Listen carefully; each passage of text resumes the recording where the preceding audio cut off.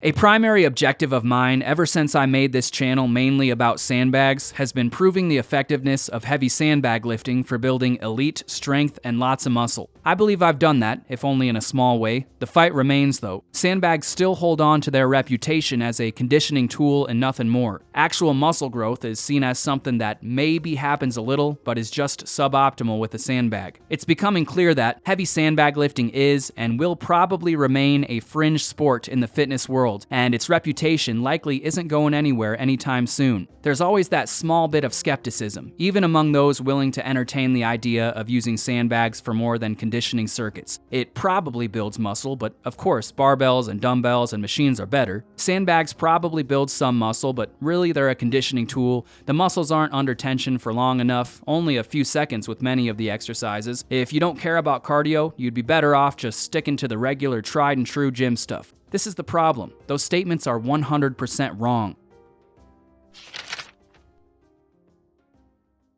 When pushed with enough intensity, sandbags will take your endurance to another level. They will get you conditioned, that's for sure, but they do so much more than that too. They will make you significantly stronger, and they will add a lot of muscle to your frame. Even when looking at the extreme, looking at the all-out sets of 50 box squats I've been doing recently, they're pretty much as close as I get to training like the sandbag cardio guys. Sets of 50 usually fall into conditioning territory. Well, of course those sets build elite strength endurance. There's nothing else like them for that in my opinion. But can anyone honestly say they believe the gains stop there? Does anyone really think lifting a sandbag that weighs 50 to 100 pounds more than your own body weight for 50 reps unbroken in a span of 10 minutes won't build muscle? Even saying that out loud sounds ridiculous. The question should be, how could that not build muscle? Can anyone say they actually believe moving a heavy sandbag from the ground to the shoulder or using it for basic exercises like rows or presses won't build muscle? Could you give a real sound explanation for why they don't? Probably not, but the belief carries on. This is the problem with current fitness and bodybuilding and marketing and the whole online space. When you have thousands of guys parroting the same advice over and over, never having actually tried anything non-mainstream themselves, of course you end up with a zoomed-in idea about what it takes to build muscle. When 9 out of 10 videos you see are all about more out of less weight and extreme isolation, rep speed and slow negatives, RPE, taking a muscle through an arbitrary full range of motion, stretch bias, and the idea that a muscle won't grow unless it's isolated.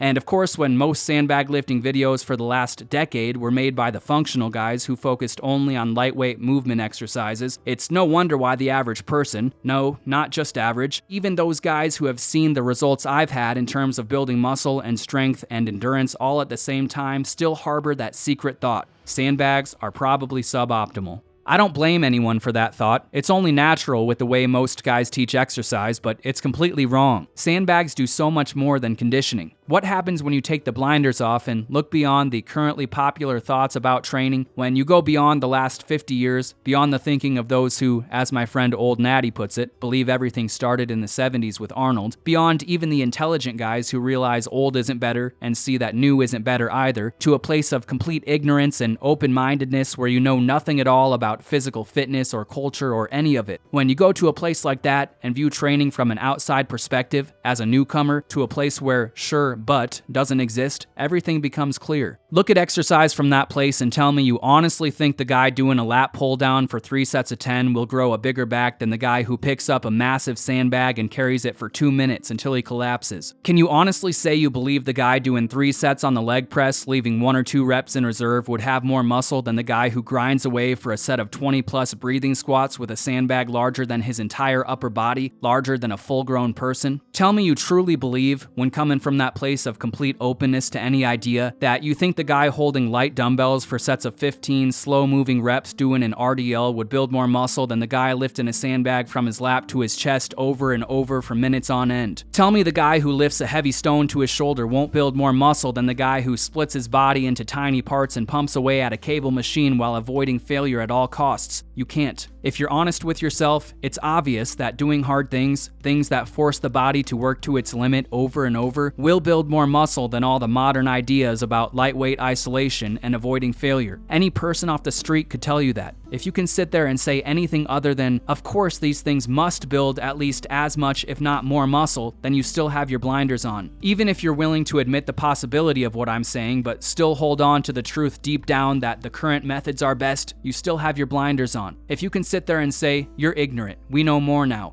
we have advanced our scientific understanding, we've moved beyond the things you're talking about, then again, you still have your blinders on. Think for yourself, man. It doesn't matter what science says. This is straight up common sense. Most scientific ideas thought absolute truth eventually get overturned anyway. When you look beyond the small bubble we exist in now in the online fitness space, it becomes clear. The most effective way forward is forcing your body to do truly difficult things. I've done a lot of difficult stuff, but nothing has come close to pushing an odd object carry to failure, to carrying a heavy stone over and over for an hour and a half, to shouldering a sandbag weighing 100 pounds more than I do, to repping away breathing squats for 20 straight minutes. To someone with an unclouded mind, the idea that sandbags build a lot of muscle, equal to or greater than machines and extreme isolation, should be clear as day.